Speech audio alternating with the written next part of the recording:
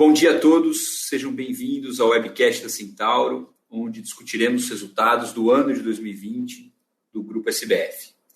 Aqui é o Pedro Zemel, CEO do Grupo SBF, e eu estou aqui com o José Salazar, nosso CFO e RO, com o Daniel Hagensteiner, nosso diretor de Finanças Corporativas, e Luna Romeu, nossa gerente de Relação com Investidores. Como vocês podem ver no slide 2, hoje vamos separar nossa apresentação em 3 partes. Sobre o novo ciclo do Grupo SBF e nossa estratégia. Depois comentaremos os resultados do trimestre e do ano de 2020. E, por fim, seguiremos para o Q&A. As perguntas podem ser enviadas por essa plataforma de webcast e serão respondidas após a apresentação. Vamos começar no slide 3. O Grupo SBF completará 40 anos desde a sua fundação. Começou com a primeira loja da Centauro e, desde o início, com a visão de construir uma relação emocional com o cliente, desenvolveu uma experiência única dentro do esporte. Sempre fomos vanguardistas e sempre buscamos crescer e ampliar fronteiras. Nos últimos anos, com os avanços da tecnologia e atualização das visões de negócios, nos preparamos para mais um avanço, um ecossistema de esporte. Montando um negócio centrado no cliente, não somente no espírito de servir, mas também na forma de construir. Vemos o ano que encerrou como o início de um ciclo. Menos de 2 anos depois de abrir o capital na B3, além dos avanços operacionais da Centauro, demos passos concretos para desenvolver um ecossistema de esporte em dezembro de 2020. Primeiro, concluímos a transação com a Nike, passando a operar a Nike do Brasil sob o nome Fisia, e, em seguida, assinamos a transação de aquisição da NWB, concluída em fevereiro de 2021. Com essas aquisições, passamos a contar com 3 diferentes unidades de negócio, que oferecem esporte de maneiras diferentes ao público. Com foco em distribuição e com a vocação de se tornar cada vez mais o destino do esporte no Brasil. Com foco em produtos e marca aqui no Brasil. Do mundo. A NWB, com foco em conteúdo e engajamento, é a maior plataforma de mídia digital esportiva do Brasil e acumula mais de 600 milhões de inscritos no YouTube e 80 milhões de seguidores no Instagram. Essas 3 unidades de negócio serão os pilares para a evolução do nosso ecossistema do esporte. Cada uma delas continuará sendo desenvolvida individualmente para maximizar sua vocação, mas também serão integradas para que as fortalezas de cada uma possam ser utilizadas para maximizar a proposta de valor das outras. O valor, no nosso entendimento, é maximizado pelo plano que se forma sustentado por esses pilares. Podemos passar para o slide 4. Continuaremos trabalhando diuturnamente para oferecer na Centauro a melhor experiência multimarca no varejo esportivo. Precisamos continuar evoluindo nossa plataforma para ser o destino para escolha e compra de produtos esportivos no Brasil. Seguindo para o slide 5. A primeira prioridade é melhorar a experiência dos clientes que compram nos nossos canais digitais. Temos na junção do físico com o digital a nossa fortaleza e chegou a hora de investir em logística e tecnologia para servir melhor estes clientes. Este será o principal driver de crescimento da Centauro. Importante dizer que a separação dos canais é cada vez mais desnecessária. A jornada dos nossos clientes flui entre o físico e o digital. Mas é primordial avançar na direção de ter a melhor experiência de compra no esporte de toda a internet brasileira. Como vocês podem ver, passando para o slide 6, continuaremos aumentando a nossa capacidade de distribuição para atingir uma parcela cada vez maior dos consumidores. Já temos mais de 200 pontos mapeados para abrir novas lojas G5 e ainda 150 lojas do modelo antigo que pretendemos reformar para o novo modelo. Além de expandir nossa receita, isso melhora a rentabilidade através da diluição de nossos custos fixos. As lojas são para nós, além de centros de resultado, pontos críticos para acelerar nossa operação digital.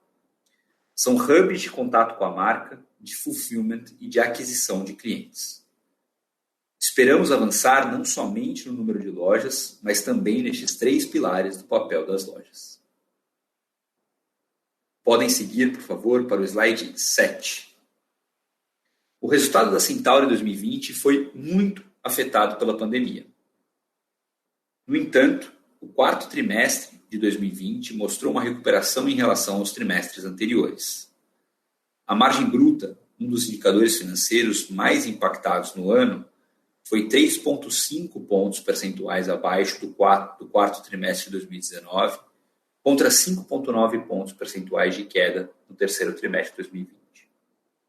O desejo de consumir esporte continua forte, e no trimestre tivemos crescimento total de 10,9% na receita bruta, sendo 67,4% no dígito.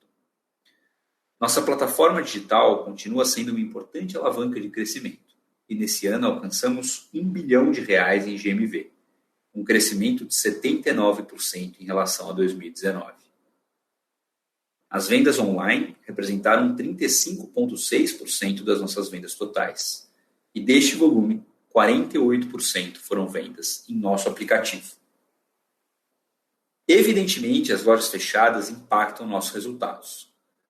Quando estão abertas, no entanto, são reflexo da resiliência do nosso negócio. Em um dos piores momentos da história, com eventos esportivos adiados e restrição à prática de esportes, os nossos clientes continuaram visitando as nossas lojas. O mês de outubro de 2020 é emblemático. Foi o primeiro mês depois de 6 meses em que todas as nossas unidades estavam abertas e tivemos um crescimento de vendas de 20%. Esperamos um primeiro semestre em 2021 ainda difícil, em função do recrudescimento da pandemia. Mas continuamos acreditando em uma consolidação do mercado através de uma estratégia omnichannel que se mostrou muito bem sucedida. Avançando para o slide 8, podemos ver que a Fisia teve em 2020 uma receita de R$ 2,4 bilhões e historicamente opera por meio de 2 canais principais. Atacado, um share de aproximadamente 70% do negócio, e Direct to Consumer, um share de aproximadamente 30% do negócio, sendo 10% Nike.com.br e 20% Outlets. A principal prioridade para a Fisia é fomentar o crescimento do seu canal digital. Além de aproximar a marca do cliente final, esse canal tem uma rentabilidade 2 vezes maior que outros.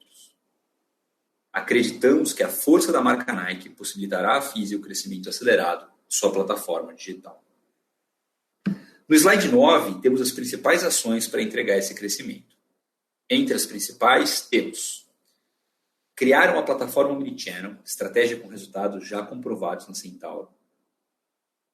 Ofertar produtos em marketplace de outros players online do mercado especializado de esporte, como a própria Centauro.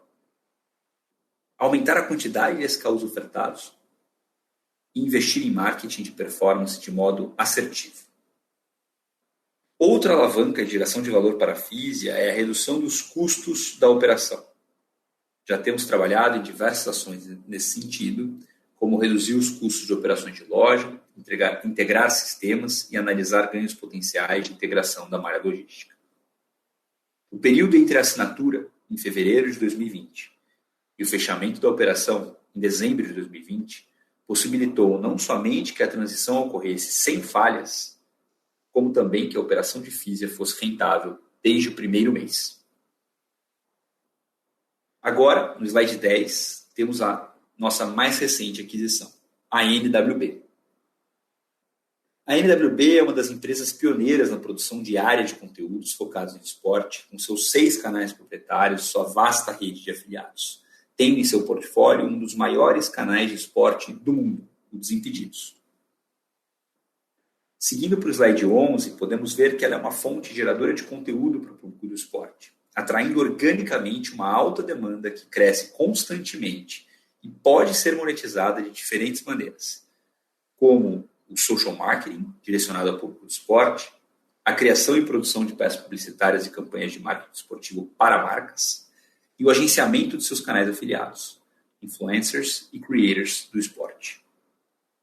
A NWB tem um histórico de crescimento acelerado e pretendemos continuar essa trajetória através de novos canais, estratégias para aumentar o número de afiliados, social commerce e cada vez mais projetos de criação de conteúdo original. Ficamos muito animados com a expansão das possibilidades que a entrada da NWB no grupo proporciona. Vamos seguir agora para o slide 12. O sonho é construir o maior e melhor ecossistema de esporte do mundo, começando pelo Brasil. Queremos poder participar de maneira relevante da jornada de esporte, lato sensu, dos brasileiros e monetizar a relação com essa audiência de diversas maneiras. No slide 13, vocês podem ver que o ponto de partida é calcado nesses 3 pilares: distribuição com a Centauro, oferta de produtos e marcas com a Fisia e conteúdo e engajamento com a NWB. Partimos de bilhões de receita, bilhões de views, dezenas de milhões de clientes registrados e muitas dezenas de milhões de visitantes nas nossas plataformas digitais, além de uma rede física com mais de 200 mil metros quadrados distribuídos em mais de 100 cidades e 26 estados do Brasil, e outros milhares de varejistas esportivos em outras centenas de cidades servidos por nosso modelo de atacado. Podemos avançar para o slide 14. Na primeira fase de construção, a principal ferramenta de monetização deste ecossistema será através da venda de produtos. Esperamos que as unidades de negócio gerem valor umas para as outras, produzindo maior Customer Lifetime Value. Vamos focar inicialmente em 2 pontos. Um deles, a redução do custo de aquisição de clientes, usando a produção de conteúdo da NWB para gerar leads para as nossas unidades de negócio, principalmente através de um projeto de social commerce. E o outro, o aumento da recorrência e gasto médio no ecossistema através de uma iniciativa de membership. Passando para o slide 15, vemos que além das iniciativas comentadas, seguiremos os caminhos de crescimento e rentabilidade de cada unidade de negócio. A Centauro não tem nenhum motivo para não seguir com a produção de resultado que entregou no período pré-pandemia, tanto as taxas de crescimento orgânico quanto a rentabilidade. E Fisia deverá contribuir cada vez mais para a rentabilidade do grupo, especialmente com o crescimento da penetração do canal de acesso direto ao consumidor. Estamos trabalhando também na geração de sinergias entre os nossos negócios. Um dos pilares estratégicos mais importantes para a Fisia e Centauro é crescer seus canais digitais. Utilizando uma plataforma única para os 2 negócios, poderemos mantê-los independentes na visão do cliente, mas com uma estrutura única de tecnologia e logística, o que representa um enorme potencial para acelerarmos o crescimento e melhorarmos a rentabilidade do grupo, principalmente considerando que poderemos usar as lojas da Centauro como hub físico da estratégia Omnichannel da Fisia. Outra oportunidade é utilizar a capilaridade do canal de atacado do Fisia, que acessa milhares de portas em todo o país. Pretendemos usar as relações comerciais e rotas logísticas estabelecidas para fomentar uma relação maior com estes pontos de venda, seja ampliando a oferta de produtos ou criando uma gama de serviços que possam integrar esses varejistas parceiros ao nosso ecossistema. Podem passar para o slide 16, por favor. Todas essas ações já estão sendo trabalhadas no Grupo SBF. Além delas, temos dezenas de experiências em execução e hipóteses de negócio sendo validadas para continuar explorando as vantagens de ampliarmos e aprofundarmos o contato com o cliente em sua jornada do esporte. Muitas vão dar errado e gerar aprendizados, outras vão dar certo.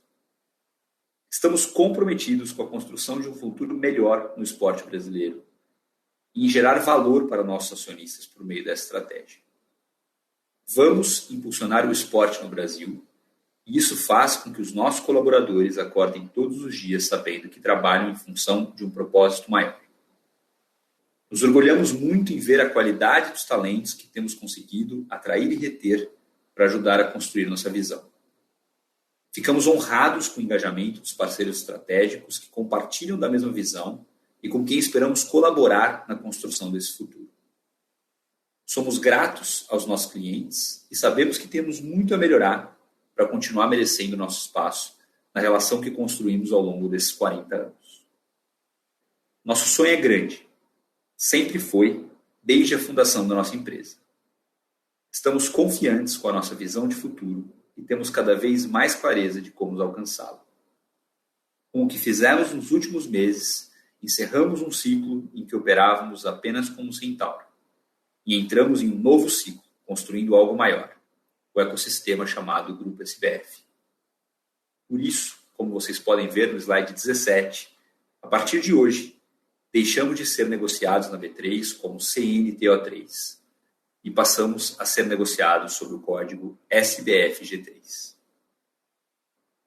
Passo agora a palavra ao Salazar, que entrará em mais detalhes a respeito dos destaques financeiros do trimestre. Obrigado, Pedro, e bom dia a todos. Antes de começar, gostaria de lembrar que, novamente nesse trimestre, assim como no ano anterior, tivemos alguns efeitos não recorrentes, tanto positivos quanto negativos. Em nosso release, apresentamos uma tabela explicando todos esses efeitos. Todos os números e explicações que vou mostrar no próximo slide se referem aos resultados ajustados por esses efeitos não recorrentes e também excluindo os efeitos do IFRS 16. Além disso, esse trimestre é o primeiro onde temos a consolidação de Fisia nos resultados. Os resultados de 2020, que mostraremos agora, incluem o mês de dezembro da Fisia, enquanto os resultados de 2019 incluem apenas Centauro. O quarto trimestre foi de recuperação quando comparado aos anos anteriores. Temos alguns números importantes para destacar antes de passar para as explicações. Como vocês podem ver no slide 18. Mesmo nesse ambiente difícil, e com a ajuda da Fisia, atingimos um crescimento de 31% da receita do grupo nesse trimestre. O lucro do grupo atingiu 64,6 milhões de reais no trimestre, uma reversão do resultado negativo apresentado no terceiro TRI de 2020. A plataforma digital da Centauro atingiu a marca simbólica de 1 bilhão de GMV no ano. Nosso caixa, mesmo após a aquisição da Fisia, terminou o ano em mais de 500 milhões de reais, uma posição confortável tendo em vista a nova piora da pandemia em 2021. Passando agora ao slide 19, com a explicação da receita líquida. Com o arrefecimento da pandemia no quarto trimestre, voltamos a registrar crescimento em Centauro, que apresentou um crescimento de receita de cerca de 10%, incluindo same-store sales de lojas físicas positivo em outubro e em novembro.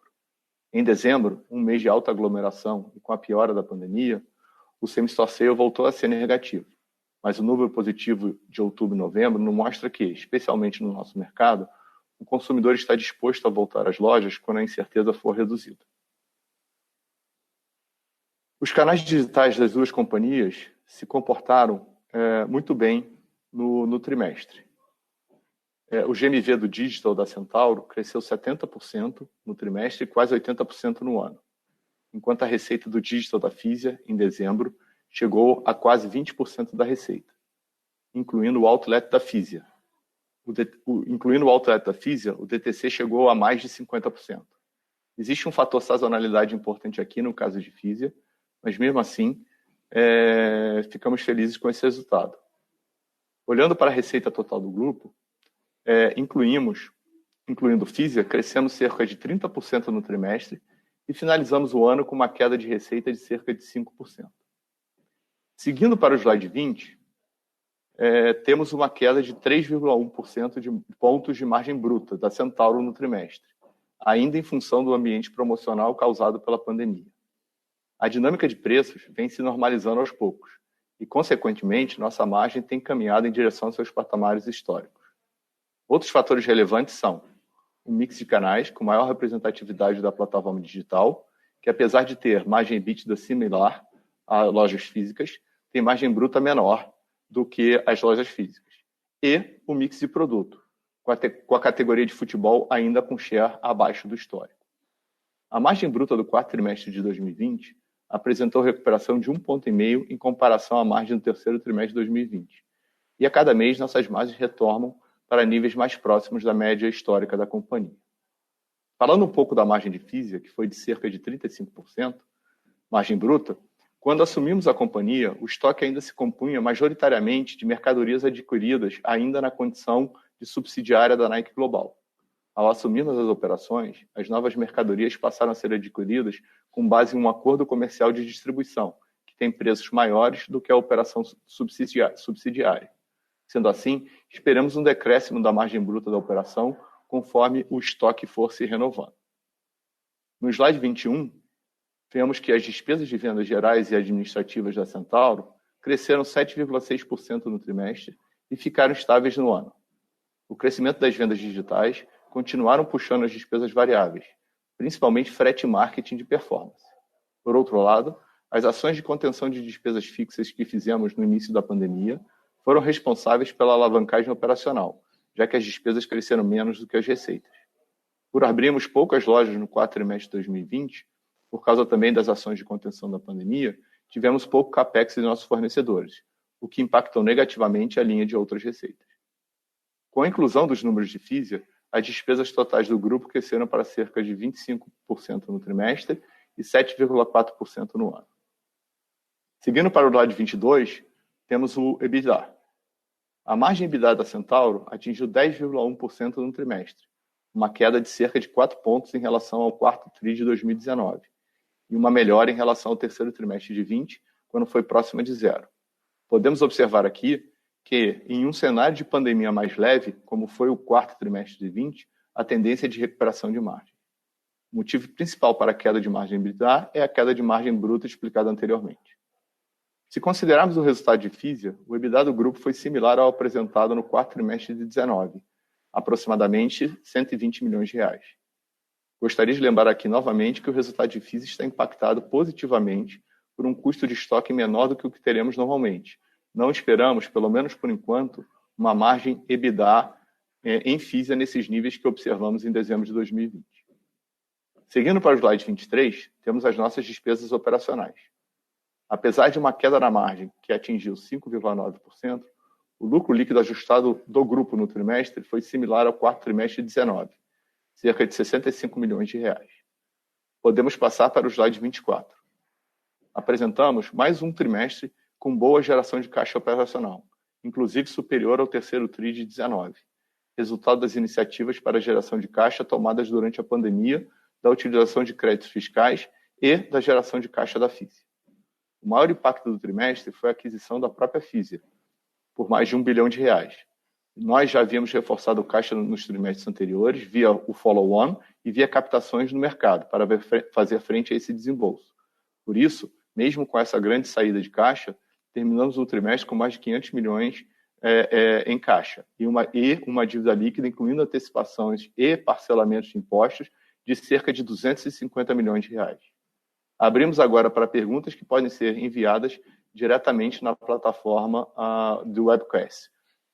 Muito obrigado pela participação de todos.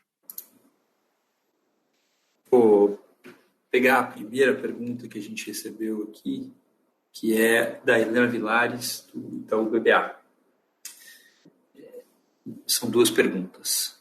Em relação a algumas iniciativas que conversamos durante o IPO para alavancar margem bruta, como melhor mix de produtos no e-commerce, marca própria, etc., como anda a evolução desses projetos e qual a visão de vocês sobre isso? E 2, em relação à Nike. No release, vocês comentam que em dezembro, com um calendário favorável, o DTC alcançou 50% das vendas. Como foi feito isso? Podem dar mais detalhes sobre isso, por favor? Obrigado pelas perguntas, Helena. Deixa eu começar com a primeira. A primeira, a resposta honesta aqui é que o mix, tudo por dentro aqui, no ano passado, que foi um ano de pandemia, ficou muito mexido, né, por conta das variações de categoria em função da própria pandemia. Por exemplo, a categoria de futebol sofreu mais, todos os esportes coletivos em geral, para praticantes, a prática diminuiu, enquanto outras categorias, como para treinar em casa e coisas assim, cresceram desproporcionalmente. Então,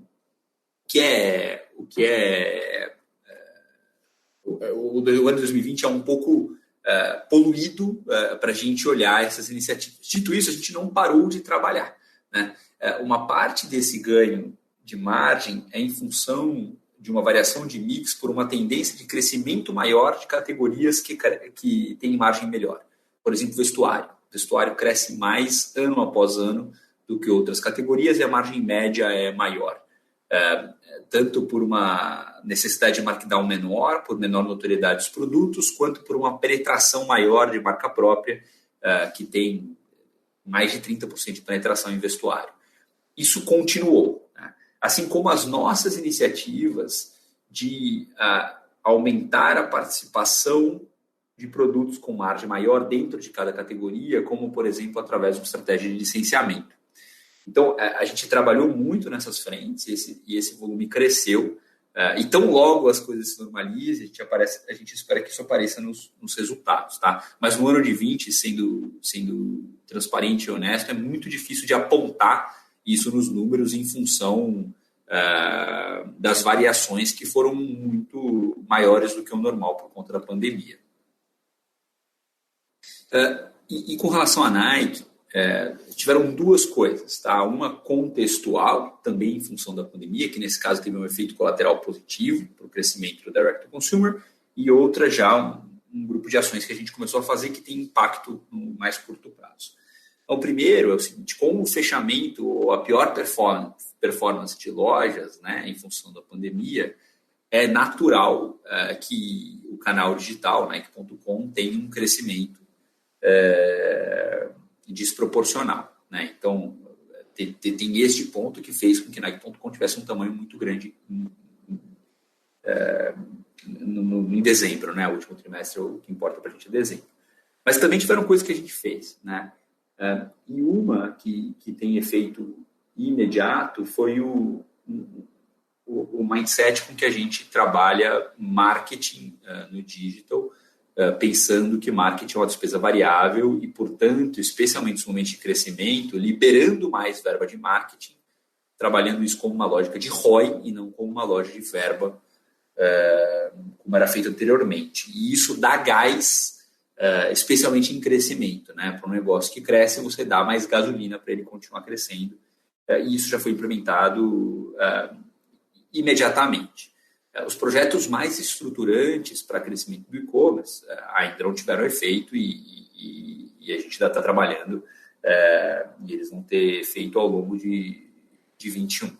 Mas eu diria que, vendo por dentro, a gente está cada vez mais confiante, não só com físico, com o estado de física, mas também com a nossa capacidade de desenvolver e crescer o site Nike.com. Obrigado novamente pela pergunta. Tem uma segunda pergunta aqui do Vitor Ju, do Santander. Fisia. Uma surpresa positiva para nós foi o resultado de Fisia. Vocês poderiam passar mais detalhes dos números para o trimestre fechado e como esse braço da companhia vem performando neste começo de ano? Muito obrigado pela pergunta. A gente não pode, né, passar informações sobre o primeiro trimestre de 2021, mas a gente pode falar do quarto trimestre de 20, de dezembro, né? Então, o primeiro ponto que a gente fez questão de frisar é que tem uma parte desse resultado que foi positivamente afetado, né, por um menor custo de estoque, né, que era $1 menor e etc., e que isso não é recorrente, né?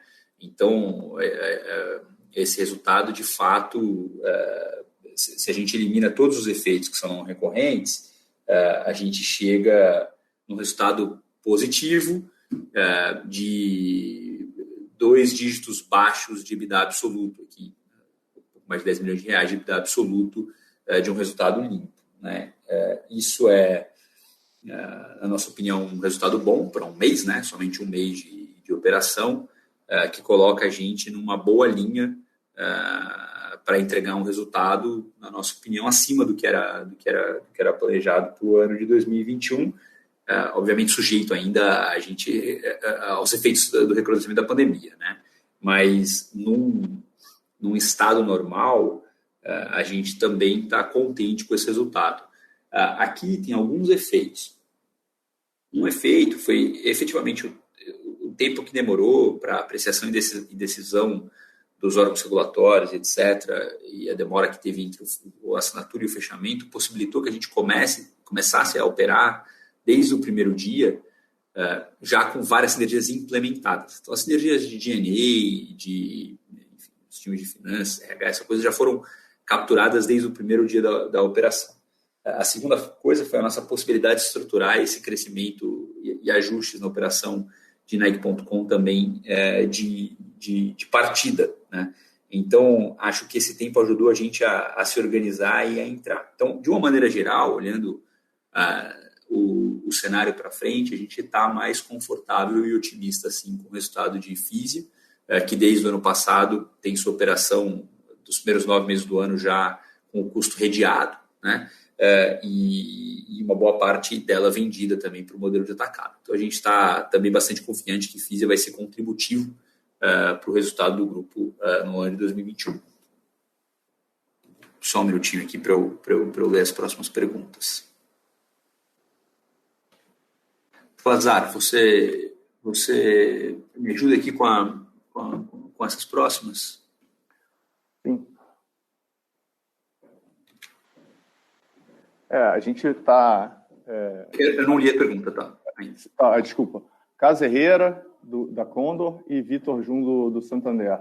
Perspectiva primeiro quarto de 2021. Poderia falar um pouco sobre o nível de lojas abertas no momento e que nível de receita devemos esperar para o primeiro quarto de 2021?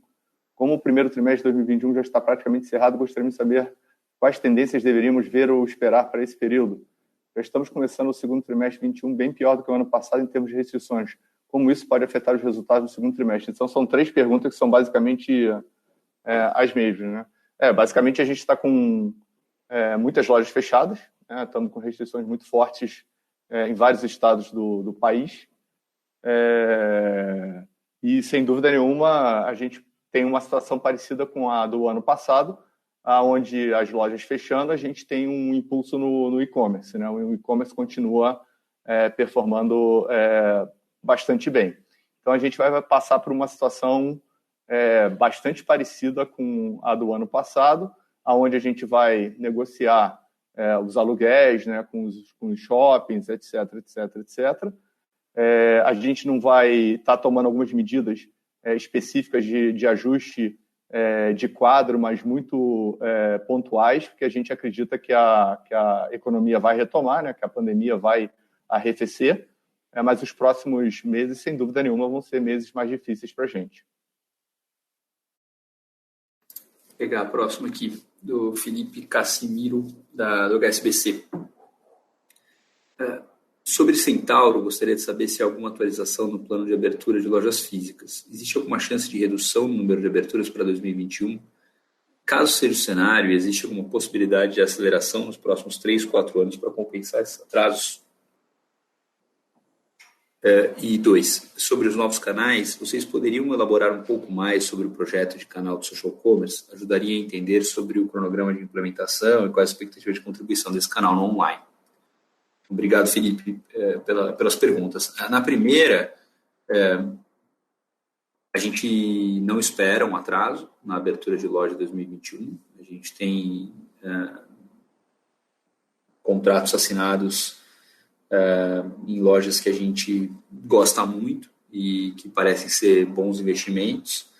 A abertura de loja para a gente é muito mais do que a abertura de um novo canal de venda, apesar disso ser uma coisa importante, na medida em que a loja representa um pedaço importante da nossa estratégia de digital, por possibilitar aproximar dos nossos consumidores para fulfillment, e também por ser um canal de aquisição de cliente para venda no digital. Então, não, a gente não espera, a gente está numa posição confortável de caixa, então o cenário de hoje, né, 31 de março, é que a gente espera manter o ritmo de aberturas. E a gente contou, né, a gente tem muitas lojas por abrir, então a gente tem mais de 200 lojas mapeadas, ainda sem considerar novos modelos de loja, né? Então, o ritmo aqui gente acha que esse ritmo de 50 projetos entre reforma e abertura por ano é um bom ritmo para a gente manter a qualidade. Lembrando que essas lojas são grandes, né? A gente tem aberto lojas de 1.000, 1.500 metros. Então, a gente está falando se metade disso forem lojas, entre 20 e 25 lojas, a gente está falando de 25 mil metros quadrados de área de venda adicional. Ou seja, a gente vai abrir essas centros nos próximos anos, né? Acho que manter esse ritmo de abertura que a gente teve muito pouco tempo de abertura. A gente fez a IPO há menos de 2 anos, né? E aí a gente voltou a abrir em 2019 e aí a gente viveu os períodos de pandemia em 2020. Então agora a gente está retomando e a gente espera manter por um tempo. E o segundo, sobre novos canais, eu acho que vou começar um projeto, né? Ele é um projeto que já começou, mas ele é um projeto. Então a gente está testando maneiras de alavancar a audiência proporcionada pela NWB, por exemplo, para usar essa força de venda de mídias digitais, por exemplo, para vender produtos da Centauro, criando uma relação com uma comunidade de influenciadores, personal trainers, etc, etc. Mas ele é um projeto, então a gente não tem ainda, não acha por bem a gente colocar aqui projeções financeiras atreladas a esse projeto. É um projeto que a gente está experimentando. A gente montou uma estrutura parruda para investir nisso, mas acho que é cedo para a gente colocar aqui números por trás desse projeto. Nem seria uma melhor prática, né? A gente tem que experimentar e, se fosse colocar número agora, talvez a gente limitasse o potencial de algo que pode ser muito grande. Como a gente vê em outros mercados, né? como a China. Tem uma pergunta aqui do Chandru, da Goldman Sachs. Qual o percentual do GMV vem do 3P para a Centauro? O 3P representou 10,6% do GMV no ano e 9% no trimestre. Aqui a gente tem uma estratégia de marketplace que talvez seja um pouco distinta de outros players, né? Para a gente, o mais importante é o pensamento por audiência, né? A gente reorganizou a Centauro para pensar por modalidade. As pessoas mais sêniores na Centauro, reportando para o GM, são pessoas que pensam os consumidores em cada modalidade, futebol, na corrida, etc. E essas pessoas tentam fazer um trabalho multidisciplinar para servir a esse consumidor. E a ideia é que merchandising, sortimento, etc., marketing, sejam estratégias para servir esse consumidor. Então é dali que a gente parte. O que um consumidor precisa para praticar aquele esporte, aquela categoria e as modalidades que estão ali dentro. E aí, uma vez que a gente tem essa lista, a gente quer ter um trabalho de ter o mais relevante, de ser um curador. A gente é nicho, né? Não é só ter tudo, é ter o que é mais importante, é ter o premium, é ter uma marca de entrada, etc, etc. Então, na medida em que a gente coloca essa visão, o marketplace tem um papel não só de encher de produto, mas de ter os produtos certos. Então, esse é um movimento que a gente vê no nosso marketplace. A gente está muito mais conectado a fabricantes do que a varejistas. Tanto que o nosso take rate médio é acima de 20% no marketplace. Obrigado pela pergunta. Salazar, você pega a próxima aqui. Beleza. Qual o nível mix de canais de vendas e-commerce versus lojas físicas devemos observar com a redução das restrições sociais devido à pandemia? Ou seja, qual o patamar esperado de penetração do digital nas vendas da companhia? E a segunda pergunta é, como estão os níveis de estoque nesse início de ano? Do Igor Lima, do Santander. Acreditam que haja algum risco de abastecimento ao longo do ano? Como estão se preparando para isso? Acho que a primeira pergunta, a resposta ela é o seguinte: claro que o e-commerce vai aumentar a sua participação naturalmente, mas, ao mesmo tempo, essa participação ela é, de uma certa maneira, offsetada pela abertura das lojas, né? Então, quando a gente fala que tem 1 bilhão de receita no e-commerce e que a gente vai abrir mais 20 lojas, mais 300 milhões de reais, hipoteticamente, de possível receita, isso também faz com que ajude a pender o peso, né, para o lado da loja física. Tendo dito isso, a gente imagina que, num cenário pós-pandemia, a um número que antes a gente estava falando em torno de 20%, 22%, a gente vai caminhar para algo entre 30% e 40% da venda da companhia, se a gente pensar o médio e longo prazo. Isso falando de Centauro especificamente, tá certo? No caso de Fisia, a gente imagina que a gente vai também caminhar para um patamar aí talvez de 30% a 40%, imaginando que o DTC é um objetivo que a gente quer atingir, que é a estratégia global da Nike, e que o canal e-commerce, as margens são bem melhores do que a margem bruta do canal wholesale, e que a gente entende que vai ter uma migração natural e forçada pela gente, né, para o DTC, né, em Fisia. Relativa à segunda pergunta, os níveis de estoque nesse início de ano, os níveis de estoque estão, vamos dizer, adequados.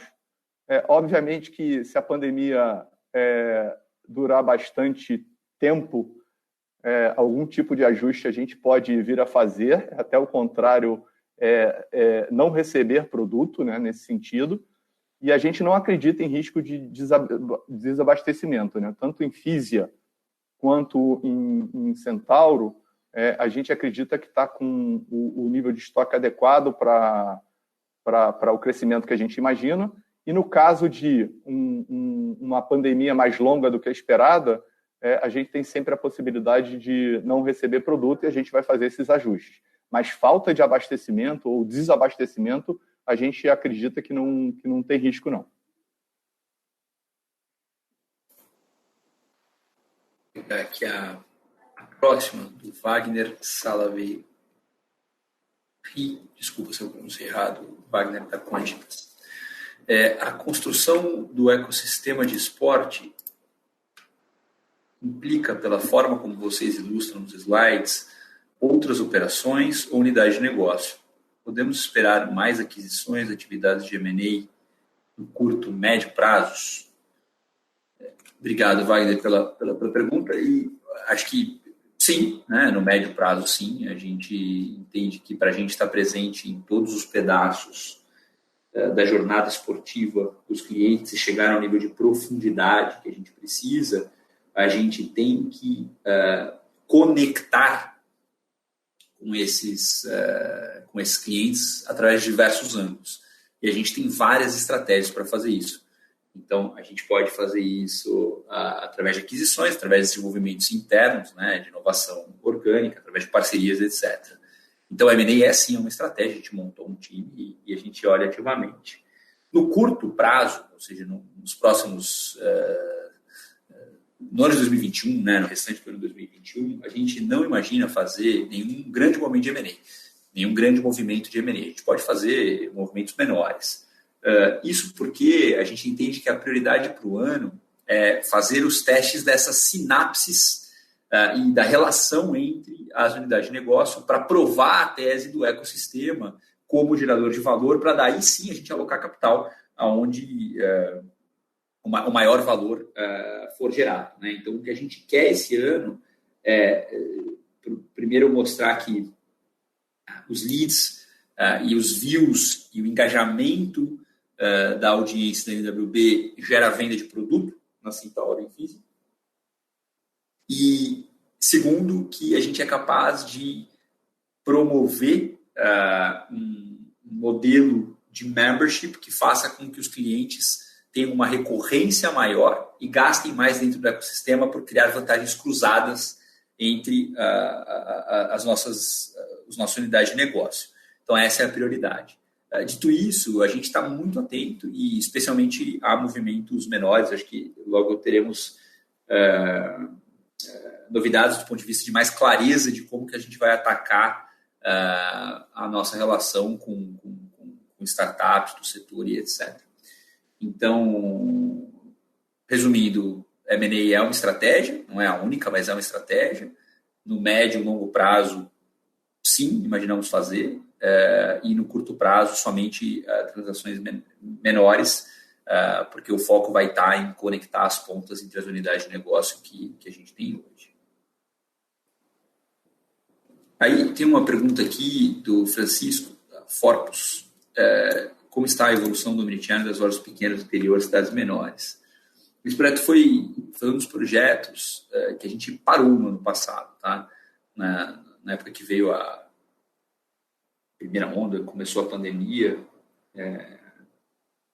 a gente se organizou de um jeito aqui que a gente parou alguns projetos, e esse foi, em retrospectiva, nesse ano, a gente está agindo diferente, né? A gente está numa posição de caixa mais confortável, já fechou a transação com a Nike, etc. Então, a gente não está parando os projetos de inovação, pelo contrário, a gente segue acelerando, segue contratando. Então, esse projeto ficou parado, ele atrasou, certo? E agora a gente está retomando. Então, eu não tenho nada concreto aqui, tá, Francisco? Ele ainda é um projeto, ele ainda é uma ideia. A gente chegou a produtizar essa ideia e preparar testes em 2 cidades, mas a gente parou esse processo e agora tem que retomar.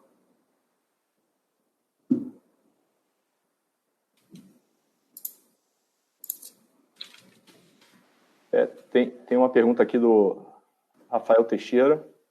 Gostaria de entender melhor qual o nível de margem bruta esperada na Fisia para o estoque comprado sob o novo modelo, de acordo com a Nike Global, e o que é esperado de margem EBITDA para a Fisia para esse cenário. A gente, no último evento que a gente fez, acho que há 3 semanas atrás, a gente deu algum tipo de explicação sobre o que a gente acredita que são as margens desse negócio, né? Então, a gente entende que a margem do DTC, do e-commerce, a margem bruta já sobre já debaixo desse contrato que a gente assinou de distribuição, o e-commerce é em torno de 50% a 55%, a Nike Factory Store, os outlets em torno de 30%, o wholesale em torno aí de 20% de margem bruta, o que dá uma margem combinada em torno de 25%, por aí, 20,5%, no meio, 20, bem no meio, 25%, 26%, por aí. Esse seria o business da Nike nesse primeiro momento, nesse ano, sobre essa nova, sobre esse contrato, né, debaixo desse contrato. Do ponto de vista de perspectiva de EBITDA, a gente não dá o guidance, tá entendendo? O que a gente tem falado é que a gente trabalha com um EBITDA positivo esse ano, né, ainda relativamente baixo, mas porém positivo, e que à medida que a gente vai implementando a estratégia de sinergia, de absorver sinergias e de migrar os canais, né, sair, depender menos do wholesale e focar mais no DTC, a gente vai conseguir expandindo a margem bruta desse business, né? E aí a gente fala que algo entre 5% e 9% no longo prazo, pensando no longo prazo, é algo que a gente acredita que seja factível. Ok?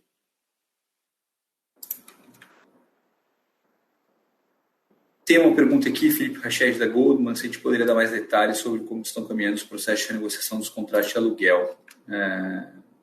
Obrigado pela pergunta, Felipe. Aqui, o que eu acho que tem no final, os empreendedores são grandes parceiros nossos, né? E todos eles. E acho que o momento é um momento de, como a gente viveu no ano passado, de união e de construção, para que a gente ache soluções para evitar, no mercado, eu digo, né, qualquer movimento mais drástico, né? E na grande parte dos casos, no ano passado, a gente encontrou essas soluções, né? Acho que tiveram 2 lojas que a gente precisou fechar, porque foram deficitárias, 2 lojas pequenas, de faturamento pequeno, e que tiveram daí pouca flexibilidade para o sentimento do momento. Mas é exceção. Então, via de regra, os empreendedores têm sido super parceiros aqui em entender o contexto do problema e construir soluções com a gente. Agora, não acho que eu consigo aqui expor os detalhes das negociações de cada caso. O que eu posso dizer é que, na grande maioria, os empreendedores têm sido parceiros nesse momento, que é um momento claramente que ninguém queria estar. Eu vou juntar aqui, a gente tem um grupo de perguntas de pessoas físicas que são acionistas e representam uma parte importante, né, da nossa base, e eu só vou agrupar um pouco em alguns tópicos para tentar endereçar também essas perguntas. E a principal linha de pergunta aqui é como é que a gente pode levar e conectar a Centauro e as nossas marcas dentro de espaços onde o cliente já pratica esportes e faz exercício, como academias, corridas de rua, etc. Eu acho essa uma ótima pergunta, e eu acho que uma coisa primordial para a Centauro na sua estratégia, nos seus objetivos para 2021, é fazer esse link com o esporte. É a Centauro o seu destino para escolher um produto e para comprar um produto. Isso é uma parte que é por dentro, né? Que é quando você estiver procurando um produto esportivo, a gente tem que ter o melhor sortimento, a melhor comunicação, o melhor conteúdo, a melhor experiência de navegação. Tem que ser mesmo diferente comprar um produto na Centauro do que em outro lugar, e tem um pouco disso que é para fora, de como é que a gente comunica e conecta com as pessoas. Então, a gente tem sim olhado oportunidades de expressar a marca nesses lugares e nesses momentos, e acho que tem uma turma pensando aqui em coisas super interessantes, e logo podemos ter novidades aqui de como conectar a marca ao esporte e ao momento. E tem um outro grupo aqui de perguntas, também de diversos investidores nossos, sobre a NWB e de que maneira a gente pode seguir com a gestão dos canais, dos criadores de conteúdo daqui para frente. Então, o primeiro ponto aqui é que a NWB é uma empresa 100% do grupo, mas ela opera de maneira independente, tá certo? A turma que está lá é que sabe qual que é o caldo para engajar a audiência e desenvolver conteúdo. E essa turma vai continuar fazendo como sempre fez. Então, a gente não tem nenhuma intenção de interferir nesse processo, inclusive porque a gente não entende dele. Então, o que a gente vai fazer é instrumentalizar a NWB com suporte, com tecnologia, com investimento, para que eles possam ampliar o alcance deles. E aí sim, fazer mais canais, aumentar a rede de afiliados, ter possibilidade de entrar em novas vertentes, etc. Mas aqui é muito mais um papel de infra e de suporte do que de qualquer interferência na maneira como o conteúdo é produzido, que isso não é a nossa intenção, né? E nem o expertise. Então, um terceiro grupo de perguntas para esclarecimento sobre a mudança de nome de ticker, né? De CNTO3 para SBF G3. A pergunta na direção de se a CNTO3 já não juntava a FIS e LWB. Então, sim, né? A empresa listada não mudou. Né? A empresa listada sempre foi o grupo SBF, né? Que é 100% dono de Centauro, 100% dono de FIS e 100% dono de NWB. Não mudou a empresa listada. A empresa listada é a mesma. O que mudou foi o nome, e a gente achou simbólico. E quando a gente fez o IPO, a gente usou um nome mais conhecido, que não era o nome da holding, Grupo SBF, e sim o nome da Centauro. Agora, como temos outras unidades de negócio, como a Centauro não representa a totalidade do nosso negócio, a gente está renomeando para o nome da holding. Mas a empresa listada, os ativos, os resultados e tal, são exatamente os mesmos. E é ótimo ter a oportunidade de esclarecer isso, certo? Sempre foi o Grupo SBF, a gente só chamava de Centauro e CNTO3, e agora a gente está mudando o nome que representa como um símbolo dessa mudança para uma estratégia de ecossistema. Deixa eu ver se tem mais uma aqui, desculpe. A gente tem uma pergunta aqui do Antônio Riso, da Interação. Favor abordar um pouco mais o seguinte aspecto: desvalorização cambial e seus impactos na companhia versus repasse de preços versus poder aquisitivo da população brasileira. E, claro, parte disso foi abordado na análise de margem. Sob o ponto de vista de Centauro especificamente, o impacto é relativamente pequeno. Grande parte a gente compra em torno aí de uns 120, 130 milhões de reais por ano de insumos diretamente importados, né, que vêm principalmente da China. E a gente entende que esses insumos, de uma certa maneira, a gente já vem trabalhando para reduzir, então é pequeno, e a gente vem trabalhando para reduzir a dependência deles, e a grande parte, a maioria, tem substituição nacional, né? Então, a gente tem condição de substituir isso, ter o fornecedor local, de maneira que o impacto em Centauro, do ponto de vista de marca própria, é bastante pequeno. No caso da Fisia, a gente tem 70%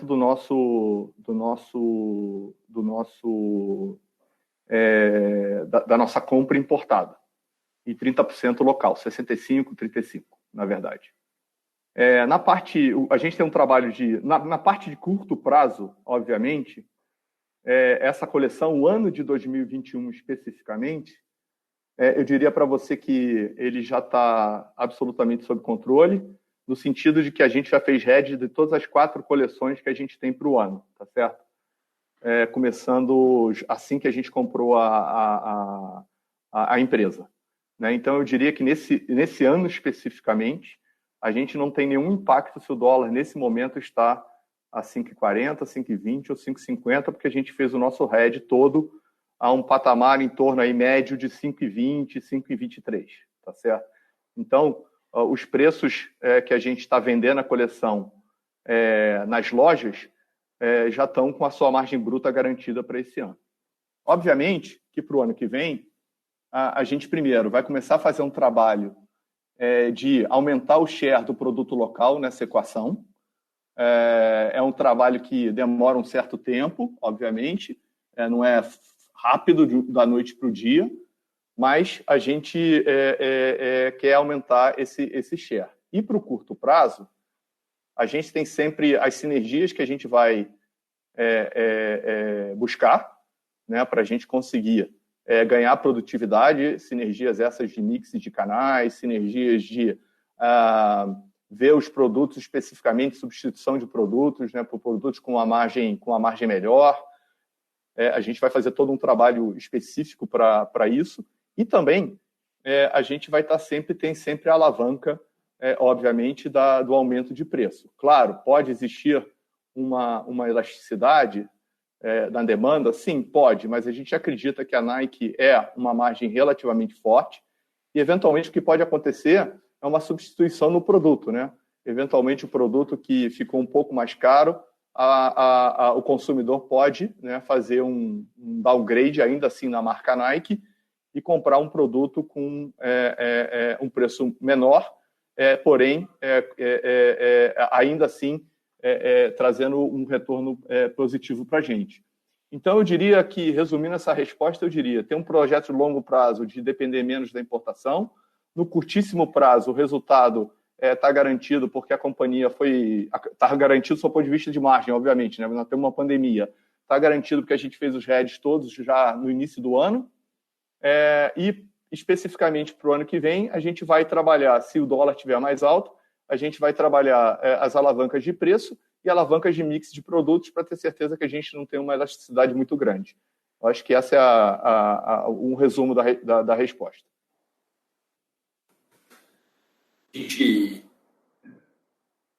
tem mais perguntas aqui, mas a gente quer respeitar o horário de vocês, ainda mais esse mundo de reuniões por vídeo. Todo mundo deve estar 2 minutos atrasado para a próxima. Então, a gente vai encerrar nesse momento a sessão de perguntas e respostas, mas o nosso time de RI segue à disposição para esclarecer outras dúvidas que possam surgir.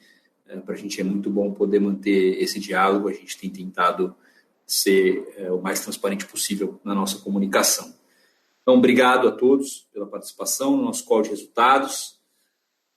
Sabemos que criar esse ecossistema é um desafio grande. Isso nos mantém com humildade, com os pés no chão. A gente sabe que o sucesso vem através de um time, assim como nos esportes, e que somente com muito esforço na preparação é que as realizações são possíveis. E com toda humildade, a gente está mirando muito alto. Te agradeço o apoio dos nossos investidores e do nosso time nessa longa jornada e esperamos que vocês continuem nos acompanhando no que vem pela frente. Muito obrigado, bom dia.